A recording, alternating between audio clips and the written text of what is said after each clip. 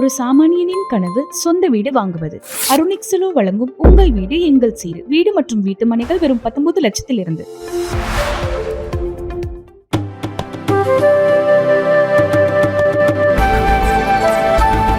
அமெரிக்காவுடன் அணு ஆயுத போருக்கு தயாராக இருப்பதாக வடகொரிய அதிபர் கிம் ஜாங் உன் பேசியுள்ளார். கொரிய தீபகற்பம் இரண்டாக பிரிந்த பிறகு வடகொரியா தென்கொரியா மீது தாக்குதல் நடத்தியது. இதனால் தென்கொரியா யுனைடெட் நேஷன்ஸ் கமாண்ட் என்ற பல நாடுகள் இணைந்த இராணுவ கூட்டமைப்பை 1950 ஏற்படுத்தியது. இதில் அமெரிக்கா, பிரிட்டன், பிரான்ஸ், கனடா உள்ளிட்ட 18 நாடுகள் அங்கம் வகிக்கின்றன. இந்தியா, ஸ்வீடன் ஆகிய நாடுகள் கொரிய போரின் போது மருத்துவ உதவியை மட்டும் கொடுத்தன. இவை இந்த அமைப்பில் உறுப்பு நாடுகளாக இல்லை. இந்நிலையில் தென்கொரியாவின் தலைநகரான சியோல் அருகே வடகொரியாவின் எல்லையையொட்டி அமெரிக்க ராணுவம் போர்த்தளம் அமைத்து அந்த நாட்டு ராணுவத்துடன் இணைந்து பணியாற்றி வருகிறது.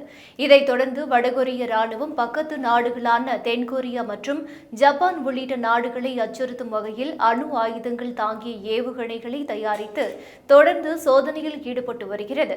இதனால் அமெரிக்கா உள்ளிட்ட மேற்கத்திய நாடுகள் வடகொரியா மீது பொருளாதார தடை விதித்துள்ளன. ஆனாலும் வடகொரியா தொடர்ந்து இந்த சோதனைகளை நடத்தி வருகிறது. இதற்கு பதிலடி கொடுக்கும் வகையில் தென்கொரியா, ஜப்பான் உள்ளிட்ட நாடுகளுடன் அமெரிக்கா ராணுவம் கூட்டு ராணுவ பயிற்சியில் ஈடுபட்டு வருகிறது. அமெரிக்காவின் இந்த செயல் எரிச்சல் செய்வதாக கிம் ஜாங் உன் கூறி வருகிறார். மேலும் தென்கொரியாவை எதிரி நாடாக அறிவித்து அதன் மீது தாக்குதல் நடத்த இருப்பதாகவும் பகிரங்கமாக அறிவித்தார்.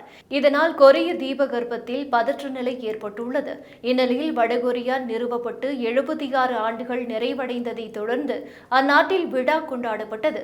அந்நாட்டின் தலைநகர் பியாங்காங்கில் நடந்த இந்த விழாவில் அதிபர் கிம் ஜாங் உன் கலந்து கொண்டார்.